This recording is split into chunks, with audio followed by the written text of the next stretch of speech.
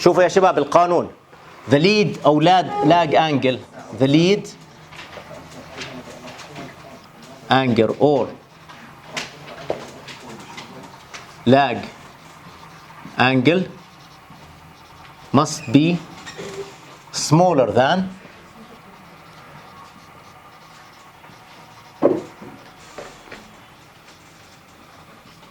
180 درجة. فبقول مثلا voltage leads current V leads I by 70 degree. هذا صحيح. V lags I مثلا by 80 degrees. هذا صحيح.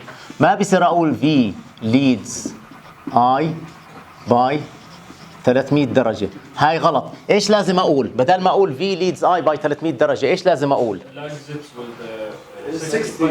إذا lags it by 60 degrees مش هيك؟ I leads V by 60 degrees. هاي صحيحة. شايفين هاي بتوضح الفكرة من هون.